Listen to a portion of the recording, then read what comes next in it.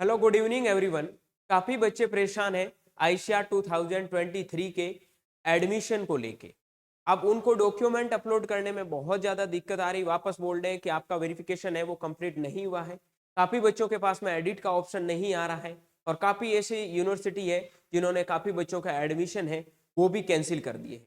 तो लेके बहुत बच्चों के डिमांड है, बहुत मतलब अलग अलग टाइप के क्वेश्चन है। सभी क्वेश्चनों को लेके भी आज की सेशन में हम चर्चा करेंगे। आपके कोई भी डाउट हो, कोई भी क्वेरी हो तो कमेंट सेक्शन में आप जरूर कमेंट करें। हम पूरा प्रयास करेंगे आपकी जो भी दुविधाएं हैं उनको सॉल्व करने की। तो वीडियो करते हैं स्टार्ट।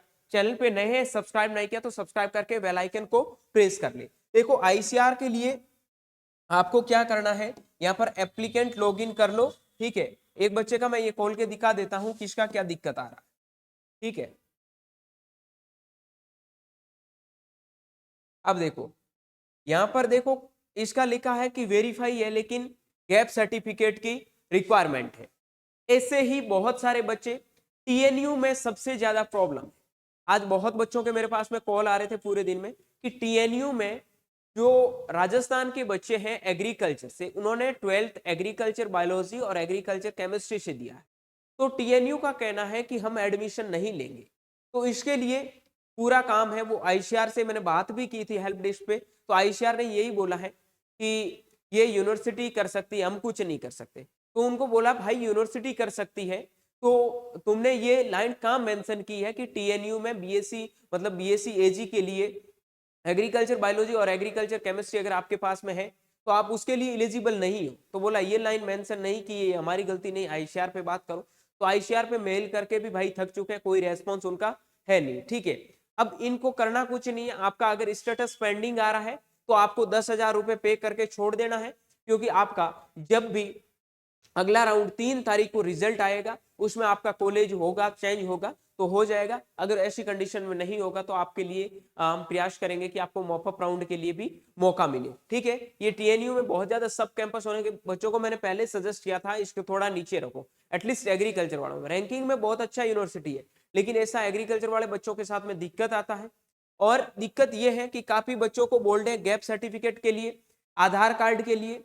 तो ये छोटी बड़ी मतलब बातें, इनका कोई इतना बड़ा इश्यू नहीं है। तो ये आप जब भी फिजिकल रिपोर्टिंग के लिए जाओगे सबके पास में मेल आ चुका है। जैसे बीकानेर यूनिवर्सिटी में जिनका सिलेक्शन हुआ तो उनको 31 के लिए फिजिकल वेरिफिकेशन के लिए बुला लिया गया। और भी बहुत सारी यूनिवर्सिटी तो आपको मेल भेज देगी और आपको बता देगी कि आपको कौन सा कैंपस अलॉट हुआ है। एक बात ध्यान रखना, काफी ऐसी यूनिवर्सिटी है जैसे जूनागढ़ यूनिवर्सिटी है, तो बच्चों को मेल भेज के बोला कि 24 घंटे के अंदर जो भी आपको डॉक्यूमेंट वहां पर वेरीफाई मतलब नहीं हुए हैं उस डॉक्यूमेंट को वापस अप्लाई करने हैं। तो ये चीजें सब बच्चे ध्यान रखना। और जिनका दिक्कत आ रहा है अभी तक कोई अपलोड का ऑप्शन नहीं आ रहा है, तो 28 तारीख के लिए मैं आपको अभी शेड्यूल बता दूंगा जिसमें लिखा था कि 28 तारीख को आपके डॉक्यूमेंट है वो वापस से आप री अपलोड कर सकते हो। ठीक है, इस बातों को लेकर आपको परेशान नहीं होना है। 3 तारीख को आपके सेकंड राउंड का रिजल्ट आ जाएगा। उसके बाद में काफी बच्चे फीस को लेकर परेशान है, तो मैं आपको बता देता हूं कि आपके फीस के लिए अलॉटमेंट लेटर, यहां पर देखो एडमिशन पेमेंट का एक ऑप्शन आ रहा है। एडमिशन पेमेंट पे जाके आपको अपना पेमेंट कर देना है। पेमेंट के लिए ये बोल रहा है कि payment not successfully in case the amount has been debited from your card. ये भी एक प्रॉब्लम है कि काफी बच्चे बोल रहे हैं कि हमने पेमेंट कर दिया लेकिन हमारा पेमेंट अभी तक सक्सेसफुली नहीं हुआ है। तो इसके बोलने का मतलब ये है कि आप पेमेंट है वो एक बार वापस करें। जिस खाते से आपका पैसा कटा है उस खाते में आने वाले 7 से 10 दिनों के अंदर आपका पैसा है वो वापस रिफंड कर दिया जाएगा। ठीक है, ये चीज करने के बाद में आपको यहाँ 10,000 रुपए सेलेक्ट कर लेने हैं, जिससे भी आपको 10,000 ऑनलाइन ट्रांजेक्शन आप कर सकते हो। काफी बच्चों का दिक्कत आ रहा है, या नेट बैंकिंग से आप कर सकते हो। ठीक है, या एसबीआई के साथ भी कर सकते हो, तो आपके पास में ऑप्शन आ जाएगा। देन उसके बाद में जैसे ही आप जाओगे 20 रुपए आपका एक्स्ट्रा चार्ज लग रहा है, तो इसके लिए आप पे करोगे तो आपके पास में ऑप्शन भी मिल जाएगा। ठीक है, तो ये चीज सब बच्चे ध्यान रखना। ओके, अभी मैं इसमें ज्यादा इतना कुछ पेमेंट आपके सामने करके नहीं बताऊंगा क्योंकि इसका भी कुछ प्राइवेसी है, ये चीजें ध्यान रखना। अब दिक्कत ये है कि काफी बच्चे बोल रहे हैं कि हमारे अभी तक वेरिफिकेशन नहीं हुआ है।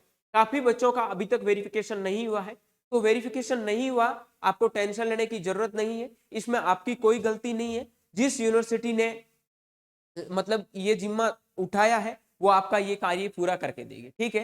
इसमें आईसीआर हेल्प डेस्क पे बात करो, आप कहीं पे भी बात करो तो वो बोलते हैं कि आपको टेंशन लेने की जरूरत नहीं है, ये सारा काम है यूनिवर्सिटी का है, आपका ये काम यूनिवर्सिटी करके दे देगी, ठीक है। काफी बच्चों का अभी तक नहीं हुआ है, तो उम्मीद करता हूं बहुत जल्दी सबका वेरिफिकेशन हो जाएगा। और पेमेंट को लेकर टेंशन मत लो, 30 तारीख आपका लास्ट है। मैं एक बार आपको शेड्यूल बता देता हूं कि इसका क्या शेड्यूल है, ठीक है।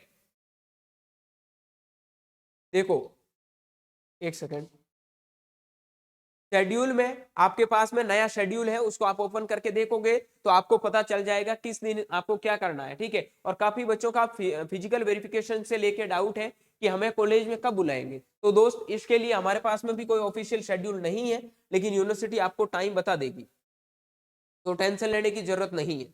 देखो ये चीज है, ये शेड्यूल आपको मैं बता देता हूं,